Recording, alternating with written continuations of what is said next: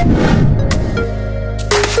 lahat po ng mga nanonood at nakikinig ngayong araw na ito ng Friday, thank God it's Friday.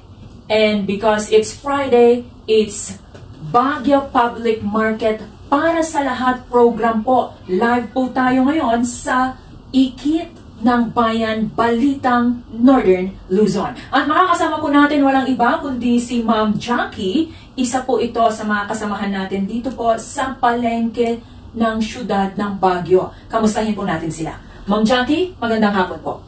Magandang hapon din sa mga lahat ng mga nanonood at sa lahat ng mga kabagyo at kapalengke namin. Ayan po. Sa mga tiga-palengke at sa mga namamalengke, dyan po sa palengke ng Baguio City, kamusta ho kayo? Naway nasa mabuti kayong kalagayan at naway nangingiti kayo dahil heto na po at sisimulan natin ang ating talakayan sa palengke. Palengke ng Baguio City, ano ho ba ang gusto ninyong mangyari? Yes. Ang palengke ng Baguio City ay para sa lahat sana So, lahat naman kami, ito ang gusto ko lang i-clear na lahat kami sa market ay pro-development kami. Gusto po namin ma-develop ang palengke. So, pro-development po kayo? Yes. So, kung pro-development po kayo, ano pong klase ng development ang gusto nyong mangyari? Yung development sana na, yung more on sa cleanliness, once na na-develop sana ang palengke, pati rin sana yung mga livelihood namin. Hindi yung ma-develop nga, totoo nga ma-develop ang palengke. Gagawa nila ng malaking mall.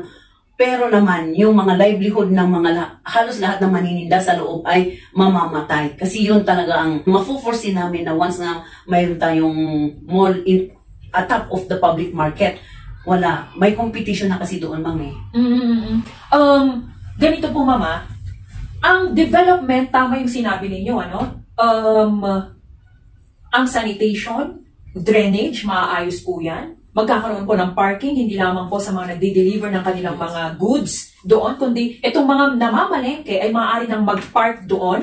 At ganyan din na mapapatayuan po siya ng maganda at maayos na building. Pero pag sinabi kasi nilang development, ang nasa isip po ng mga tao ay yung building lang. Samantalang sa inyo po, ang sinasabi ninyo, sana kapag meron ng development, maayos din po ang livelihood nila. Yun po ang gusto nyong nililinaw ninyong iparating po sa ating mga tagapakinig, mga nanonood po. So, ma'am, okay, livelihood. Ibig nyo ho bang sabihin dito, atin din pong hinihikayat ang ating gobyerno at itong makikipartner sa gobyerno dahil ito po ay public-private partnership for the people, according to the ordinance, ibig niyo po bang sabihin, hinihiling niyo po na ito pong 4,000 or more than pa nga daw, dapat po makapasok dito sa development ng palengke? It should be. Sana nga ganun ang mangyari para wala namang maiwan. Okay. Kasi kung mayroon naman silang master list sabi nga nila, we always ask na kung baka mapasukan ng iba or new, sabi naman nila may master list sila. So I know na may master list sa market office. So sana walang maiiwan sa amin. At sana walang, yun nga, yung gaganda sana ang aming hanap buhay if in case ma-develop ang palengke. Pero syempre ma'am, alam natin na itong mga sinasabi natin, this is the advantage of development. Ito yung pro-development. But of course, we know the consequences of development. So, ma'am, pag po ba na-develop yan, ano po yung maaaring negatibo na epekto nito sa inyo po na nagre-renta o vendor ng palengke? Depende kasi kung sino mag-develop ulit. Ayun. Yes. Kung tayo ang magdi-develop, kung tayong stakeholder. Sino po yung tayo? Kung, yes, the government in partnership with the stakeholder or kaya si government mismo o kaya in partnership with the stakeholder or sa mga kooperatiba, maganda po yun kasi nakikita namin na at least gaganda. Mafo-foresee namin na gaganda ang aming livelihood. Pero once na na-modify yan o kaya yes, ibigay nila sa gawin nilang mall sa taas namin, ma-modify yan, Which is yun ang lagi namin sinasabi na we don't want the market to be mollified. Kaya nga naman, meron po itong Baguio Public Market para sa lahat program, para nang sa gawin po, yung mga concern po ay masagot. At ganyan din na ilabas din po ng palengke ang kanilang boses. Dahil nga po, according sa ordinansa na ipinasa po ng Local Government of Baguio ay nakalagay po doon sa PPP for the People, Public-Private Partnership for the People Ordinance ay pansamantala daw humunang walang maaring magsalita patungkol po sa mga usapin patungkol sa mga development dito sa syudad ng Baguio. At yan po ang nakakalungkot na totoong nangyayari sa ngayon. Pero sana po open ang ating himpilan na ito na mapakinggan din po ang mga member ng P4. At ganyan din na open din po ang himpilan na ito sa mga gusto pong maki-Swiss challenge. Sa nalalapit po na kung ano man po yung Swiss challenge na yan na nasa ordinance din po ng P4. So, ma'am, ganito. Ano po yung advantage or disadvantage disadvantage ng development? Kasi naririnig ho namin, mawawala po tayo ng suki. Yes. Ako po na consumer, mawawala na po yung aking suki. Kasi syempre, pag ito po ay na-develop, ito po yung sinasabi natin na si suki mawawala na kasi may standard price na, ma'am eh. Yung totoo po ba yun na gano'n ang mangyayari sa mollification? Kasi kanina nyo pa po sinasabi yung mollification. Ano ho ba ang ibig sabihin pag sinabi nyo pong mollification? Wala po iyon sa dictionary. Wala pong word na mollification sa totoo lang. Pero maaari po itong gamitin as a jargon word. Yes. Okay, so pag sinabi nyo po pang mollification, ano pong ibig sabihin nun? Ano po yung pagkakaintindi nyo yun? Nung salita yun? Actually, parang kami rin naglabas kasi yung word na mollification. Kasi mollification come from the word mall. Siyempre, ayaw namin ma-mollify. Parang gano'n. Ayaw namin na may, example, palengke sana is plain palengke sana ang gusto namin. Nawala na sanang mall sa taas. Kasi once na may mall sa taas, may other establishment sa taas. Like the department store, andoon na, di ba? Yung mga, yes, andoon na lahat, mga damit, vegetables, sa grocery nila, andoon na lahat. Nahahalos lahat ay andoon din sa palengke. So, paano naman kayo? Yes, paano naman kami? So, yung sinabi mong ano ang negative impact doon sa pag-mollify. Number one na namin doon is more on yung tax nila. Kami, nagbabayad kami ng tax namin dito sa Baguio mismo. Sila kaya, pag yung mall kaya napupunta dito, kung hindi natin alam kung sinong pupunta, kung sinong makakakuha ng development, saan sila magbabayad ng tax nila? Yun ang isa namin, yun ang nakikita namin disadvantage. Kami, dito kami nagbabayad ng business permit, lahat, tax namin andito sa Baguio. At makikinabang ang buong tao ng Baguio doon sa tax namin. Samantalang kapag pong isang company ang mag-develop po ng palengke, hindi po dito sila magbabayad ng tax. Dahil ang main po na opisina nila kung saan sila unang nagpatayo, ay doon po mapupunta ang tax. Kumbaga, ang babayaran lamang po nila sa gobyerno, dahil nga po may partner sila na PPP partnership, ay renta doon po sa lupa na pagmamayari po ng gobyerno. Ganun po ba yun? Please correct me if I'm wrong. Tama po ba? Oo. So, ma'am, ganito ma'am, anyway, we would like to welcome, live po tayo ngayon dito po sa Balitang Northern Luzon. Kasama rin po natin si Ma'am Angie, kasamahan din po nila ito sa isang kooperatiba dyan sa palengke ng Baguio City. Magandang hapon, magandang araw, Ma'am Angie. Yes. So, pinag-uusapan namin kanina, Ma'am Angie, yung napag-usapan na kasi namin kanina, yung maganda na idudulot ng development. Ngayon naman, pinag-uusapan namin, ano ang maaaring negatibo na impact naman po ng development kung ito po ay hawak ng isang company na pribado. So, kanina nasabi ni ma'am yung tax, pero dagdagan na rin natin yun, ma'am, dahil parang narinig po namin ata kapag merong development, definitely mamahal din po ang renta, ang tax, ang permits. Tama ho ba? Maaring mangyari yun? Ma'am Angie. Going back to mollification. Yes. So, no to malls. Parang in a simpler term, no, a big no to malls. We do not want a big high-rise building to be in the market in the first place. What is the meaning of a public market? The public market is sa mga nakita ko, like for example, Agdao in Davao. Yes. That is the newest public market that was built and that is the cleanest. 2 stories lang yun. Pero pag makita mo siya, talagang highly ventilated. Talagang makikita mo parang hangar. Kung napunta kayo sa hangar, parang hangar yan.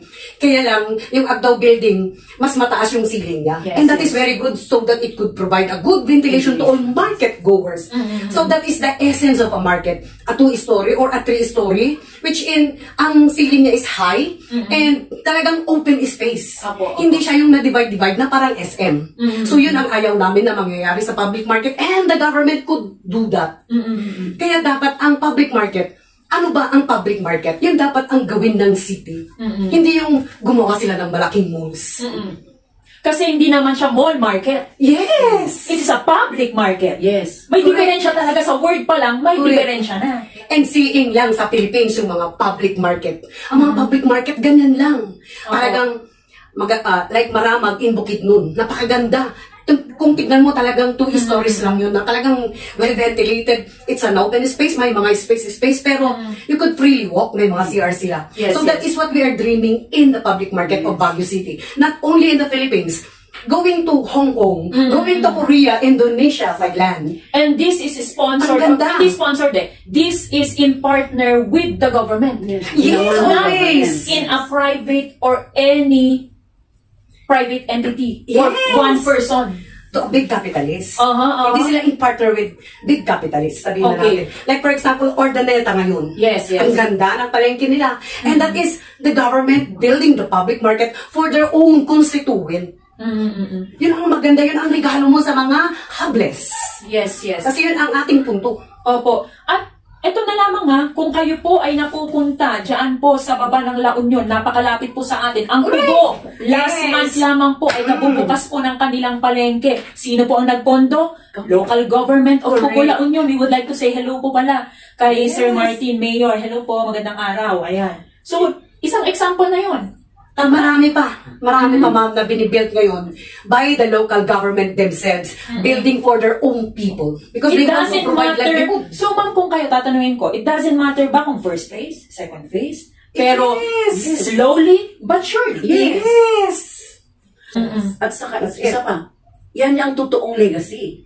Yan ang totoong legacy ng nakaupo. Kung sila mismong government ang gagawa ng public market nila, yun ang totoong legacy. Hindi yung ibibigay sa isang kapitalista tapos kukunin din ni kapitalista ng 50 years. Is that a legacy? Is that a good governance? Yes. Tama nga. Okay, ma'am, ganito.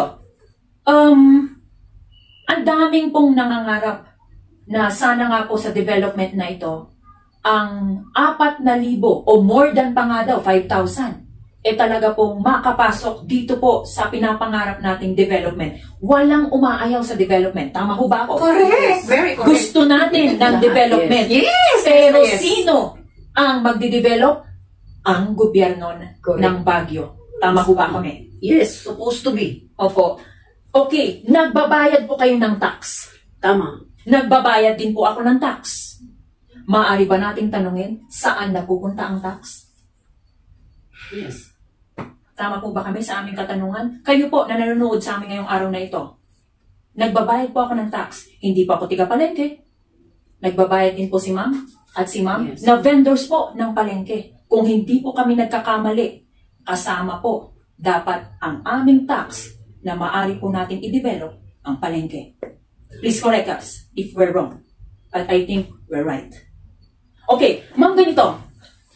Kayo po ang laging nasa palengke. Nakikita nyo po ang takbo ng palengke at ano ang pangangailangan nito. Kung sabi ninyo, kailangan natin ng development, anong klase ng development?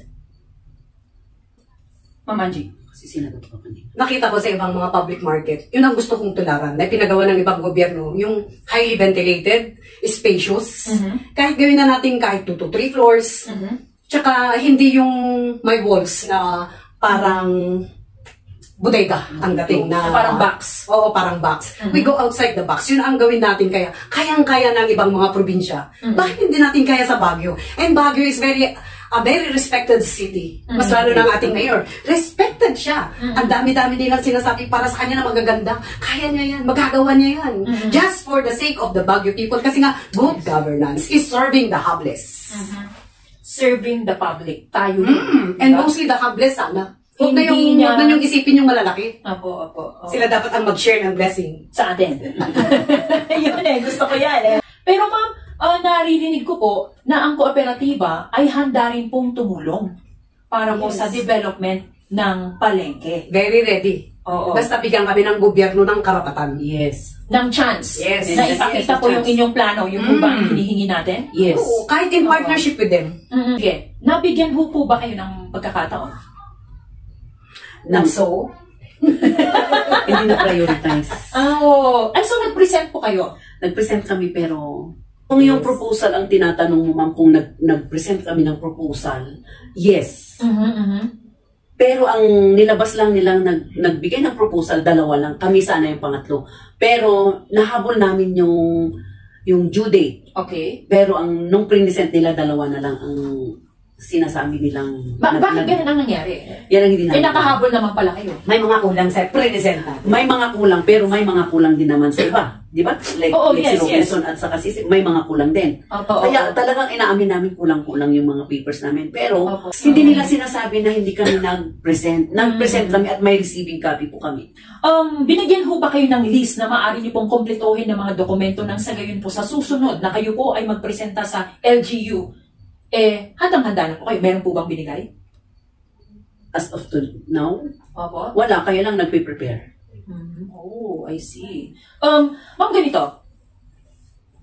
Do you believe, kayo po sa inyo po kasi kooperatiba kayo, miyembro din kayo, kahit vendors kayo, miyembro kayo ng kooperatiba ng palengke, ano? Do you believe na ang cooperative po ang the best candidate na mag-develop ng palengke? Yes. Very, very much because nakasaad sa RA 9520 sa code that cooperatives are given the priority to develop the public market. Because, Kasi nga, Nasa ko- kami yung ko- talagang sa poverty alleviation, sa economic enhancement, ang kooperatiba ang gumagawa nun. opo. We are a very big tool on the economic enhancement of our members. At kayo ang nandoon. Yes.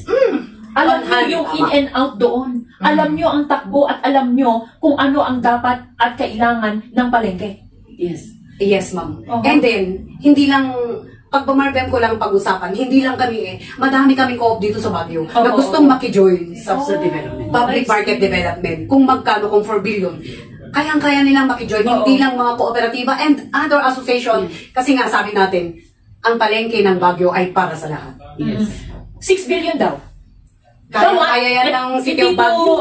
Hindi po namin ito sinasabi na 6 billion na talaga. Maaring mas mababa dito o mas malaki pa ang inaasahan na gagamitin para sa development, ano? Kaya? Kayang-kaya. Kaya niyo ho bang maki-Swiss Challenge? Kung sakali, pagbibigyan kayo ng gobyerno na maki-join sa Swiss Challenge? Yes. If there will be no biases. Yes. At sa tingin ko naman dapat lang na maging open po ang ating lokal na gobyerno sa Swiss Challenge. Kasi kung hindi nila i-open yan, ay nako, patay tayo. Mukhang magkakaroon po talaga ng issue. Baka po masabihan tayo na hindi transparent at walang good governance. Kung sakali lang po, hindi ko po sinasabi. Sana po buksan ng ating lokal na gobyerno ng Baguio ang kanilang pinto para po sa mga gustong sumali sa Swiss Challenge. Dahil yan po ay isang karapatan ng mga may gusto po na sumali sa development sa syudad ng Baguio. Nasa batas po yan ng PPP National. That is a law. So we have to follow the law. Tama ho ba kami? Supposed to be. Parang ang lungkot nyo. Parang gumigive up na tayo, ma'am. Lalaban tayo. Lalaban tayo. Okay, ma'am. Ma'am, ganito na lang. Siguro, ayoko sanang i-ento ng ganito-ganito lang. Pero bakit po natin ito ginagawa? Kasi sabi po ng mga iba, ay, concerned na lang gamit, ibagbagi, ganito na. Bakit po natin ito ginagawa? Alam nyo, hindi kami kasi selfish. Alam mo, ang kooperatiba kasi, na-create yan for service. Public service. Yes, for public service. Yes, service sa mga members. Hindi kasi yan na-create na kagaya ng mga big companies na for profit. Kami, kaya namin pinaglalaban May yan. point. Dahil iniisip namin yung bawat membro namin, okay, mga constituent, yung mga kasama namin, yung mga kasama namin stakeholders sa palengke. Opo. Kasi pare-pareho ko lang kami na maliliit lang kaming manininda. Eh, doon lang naman ang bread and butter namin. Paano kung mawala yun? Mama Angie. Ang sa amin naman is sa vision, mission natin na to support the small, micro entrepreneurs. How could you support? MSMEs. Yes. And, actually, ang public market, ang unang pangalan niyan, sa mga researches is the farmers market where they could bring their own products, sell it. Para nga may a food on their table. Opo. Yun lang naman eh, source of income, source of livelihood. Yun lang naman. Hindi yung big profits. Hindi yun ang inisip namin eh. Mapag-aral ang anak. Yun lang. To help the helpless. Kasi it is in the Bible. Yes, ma'am. na you help the helpless. Dadagdagan ko lamang po yun. Ang administrasyon po sa kasalukuyan, tandaan ninyo, ipinaglalaban niya ang kooperatiba. Sino po ba ang mga nasa miyembro ng kooperatiba? Ang ating mga maliliit po na nagtitinda, ang MSMEs. Kaya naman, sa mga nanunood at mga nakikinig ngayong araw na ito, meron po kaming iiwan na tanong sa inyo. Handa na po ba kayo sa development? Kung handa na po kayo, sino po ang gusto ninyong mag-develop sa palengke? Yan po ang aming katanungan sa inyong lahat. Kami po ay nagpapasalamat sa lahat po ng mga nakikinig at harinawa ay meron po kayong natutunan na maaari niyo pong ibahagi sa inyong kapwa at maaari niyo pong i-apply at pag-isipan sa araw-araw. Ako po ang inyong lingkod, nag-iisa, walang iba, Tita Ara Cutter. Kasama pa rin po Sa palengke ng lahat.